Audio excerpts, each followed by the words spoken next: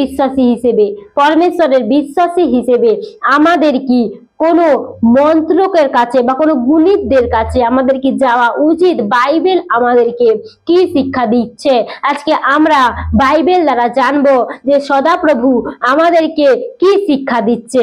দ্বিতীয় বিবরণ তার 18 অধ্যায়ের 11 পদ আমরা যদি পাঠ করি, সেখানে লেখা আছে যে মন্ত্র ব্যবহার করে বা গণক বা মোহক বা মায়াবী বা ঐন্দ্রজালিক বা ভুতুরিয়া বা গুণী বা প্রেত সাধক, কেননা সদাপ্রভু এই সকল কার্যকারীকে ঘৃণা করেন, আর সেই ঘৃণার্থ কার্য প্রযুক্ত তোমার ঈশ্বর সদাপ্রভু তোমার সম্মুখ হইতে তাহাদিগকে অধিকারচ্যুত করিবেন। তুমি আপন ঈশ্বর সদাপ্রভুর উদ্দেশ্যে সিদ্ধ হও। হালেলুইয়া। পরমেশ্বরের বাক্য বলছে যে সদাপ্রভু আজকে তোমাকে জানাচ্ছে, আজ যদি তুমি মন্ত্র পাঠকের কাছে, গুণিতের কাছে, কোনো মন্ত্র জালিকের কাছে যে তন্ত্র মন্ত্র করে, যে তন্ত্র মন্ত্র শক্তি দ্বারা মানুষের ক্ষতি করতে পারে, যে তন্ত্র মন্ত্র দ্বারা অনেক ব্যক্তির ক্ষতি করতে পারে, হতে পারে আজকে তুমি যখন বিশ্বাসী হিসেবে তাদের কাছে যাবে তখন তোমার অনেক বড় ক্ষতি হয়ে যাবে। এখানে বাক্য বলছে কেন সদাপ্রভু এই সকল কার্যকারীকে ঘৃণা করে। আজকে তন্ত্র মন্ত্র দ্বারা প্রেত সাধক যারা ভূত প্রেতকে নিয়ে কার্যকারী করে, পরমেশ্বর তাদেরকে ঘৃণা করে, পরমেশ্বর তাদেরকে কখনোই প্রেম করে না। পরমেশ্বর এই সকল কার্যকারীকে ঘৃণা করে।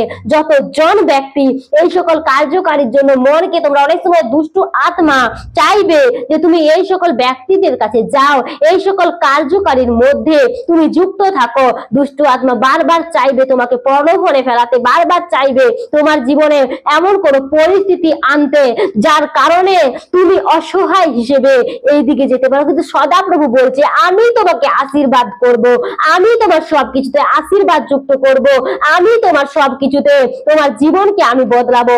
এখানে বাক্য বলছে অনেক ব্যক্তি আছে যারা কঠিন পরিস্থিতির মধ্যে থেকে তারা কি করে, নিজের সন্তানকে বাঁচানোর তাগিদে বা নিজের ফ্যামিলিকে বাঁচানোর তাগিদে তারা মন্ত্র পাঠকের কাছে নিয়ে যায়, কিন্তু সেখান থেকে তারা কোনো ফল লাভ করে না, সেখান থেকে তারা কোনো আশীর্বাদ পায় না। তাই এখানে আমরা বাক্য, এখানে আমরা যদি আগের পদ পাঠ করি সেখানে লেখা আছে তোমার মধ্যে যেন এমন কোনো লোক পাওয়া না যায় যে পুত্র বা কন্যাকে অগ্নির মধ্য দিয়া গমন করায়।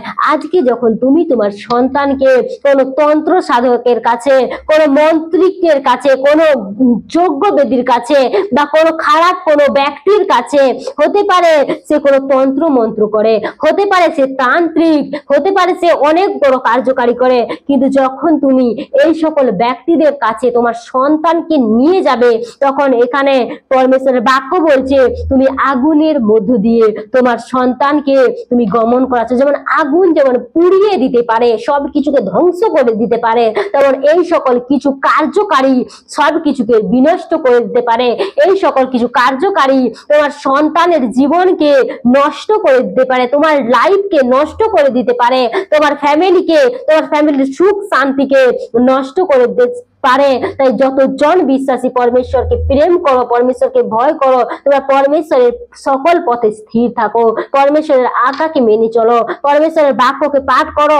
দেখো আজ বাক্য দ্বারা পরমেশ্বর তোমাদেরকে মেসেজ দিচ্ছে যে এই সকল কিছু থেকে তোমরা দূরে থাকো, তোমরা সুস্থ থাকো প্রভুর নামে, প্রভুর নামে তোমরা প্রার্থনা করো। তোমার যে সমস্যা হতে পারে, তোমার সন্তানের মধ্যে সমস্যা হতে পারে, তোমার পারিবারিক সমস্যা হতে পারে, তোমার স্বামী স্ত্রীর মধ্যে দ্বন্দ্ব লাগতে পারে, কিন্তু সেখানে তুমি সদাপ্রভুর কাছে প্রার্থনা করো, সেখানে তুমি পরমেশ্বরের কাছে হাঁটু পাতো, পরমেশ্বরের বাক্যকে পাঠ করো বারবার, যেখান থেকে তুমি পরমেশ্বরের বাক্য দ্বারা তুমি আশীর্বাদ পাবে। কিন্তু এই সকল কিছু করলে তোমার জীবনে কখনোই আশীর্বাদ আসবে না, তার পরিবর্তে পরমেশ্বরের ক্রোধ তোমার উপর নেমে আসতে পারে, তার পরিবর্তে দুষ্টু আত্মা তোমাকে কবজা করতে পারে। যাতে দুষ্টু আত্মা কোনো মতে তোমাকে কবজা করতে না পারে, দুষ্টু আত্মা যাতে কোনো মতে তোমাকে গ্রাস করতে না পারে, তাই তুমি এই বাক্য অনুসারে চলো, পরমেশ্বরকে তোমার অগ্রে রাখো, তোমার সকল কাজে সদাপ্রভুর উপর তুমি নির্ভর করো, আর তুমি আশীর্বাদ প্রাপ্ত হও। হালেলুয়া।